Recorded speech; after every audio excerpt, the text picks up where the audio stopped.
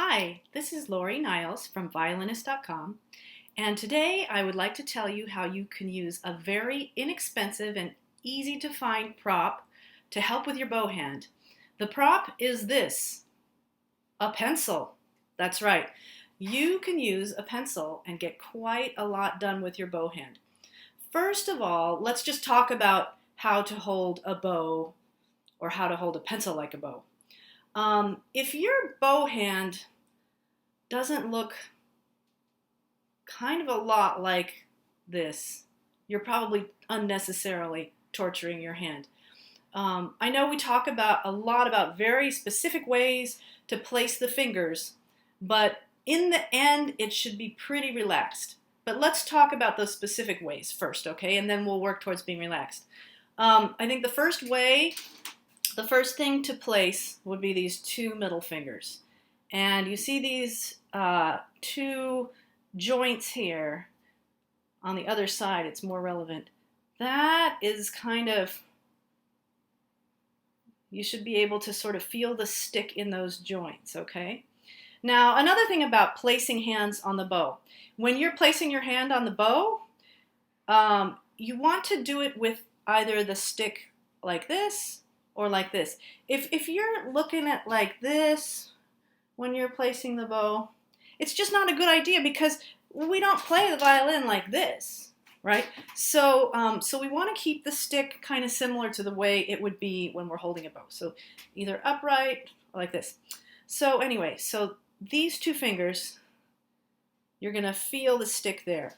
Then when you place your thumb, I'll turn around so you can see.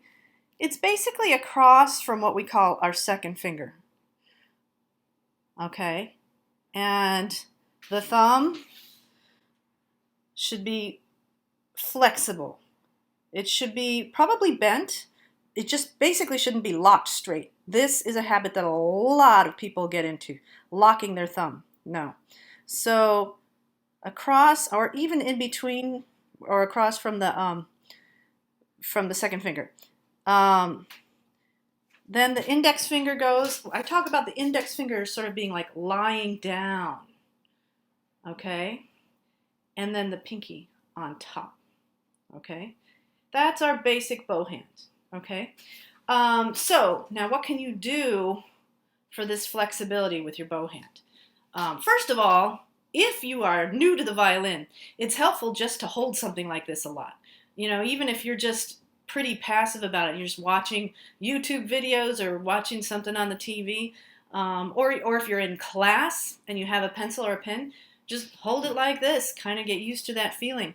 The next thing I would like you to try to do is just dangle your hand like this, so it's totally relaxed. Okay, get back into that bow hand and see if you can dangle your hand in this completely relaxed way. You flop it around a little. See if you can not drop the stick, basically.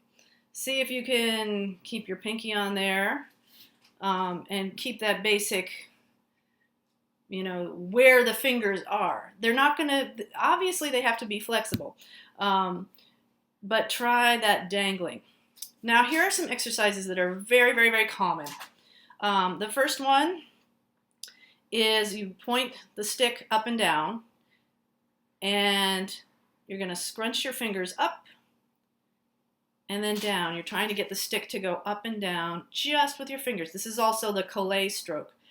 But you pretty much only use it for collé in an active way like we're doing right now. Here, I'll show you the other angle of this so you can kind of see it. When we're bowing, normally we don't go like, scrunch down. Like, it's going to be instead a passive motion. But you do this so that your fingers know how to do it. They know how to get this scrunchy and this straight without ever dropping the stick. Your thumb is going to be more straight on the downward part of it, but make sure it's never going to be locked, okay? The next exercise is similar. You're going to hold it straight up and down and have the stick go horizontally.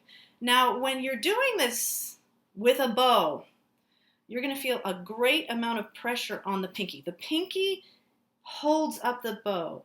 The thumb is kind of the fulcrum. The pinky holds the weight of the stick.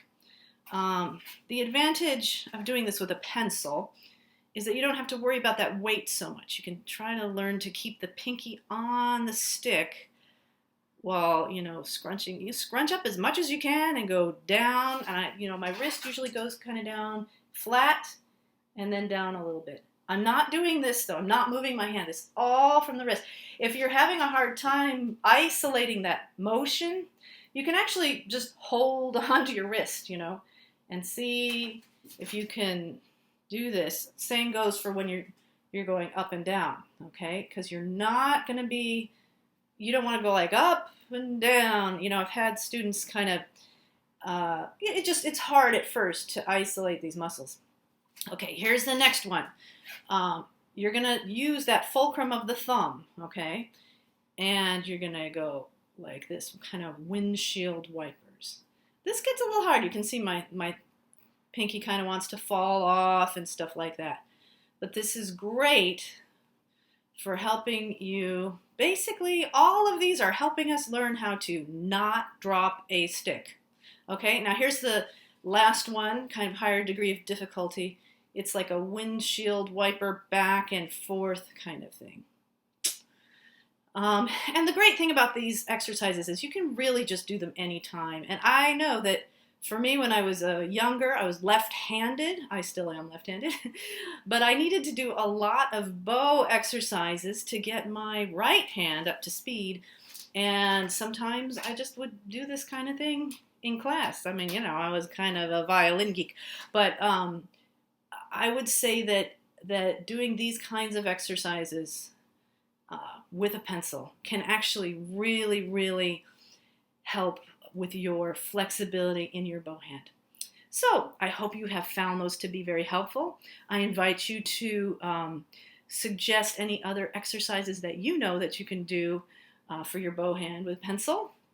And please join us on Violinist.com to read our articles, and also join our YouTube channel, Violinist.com. Thank you.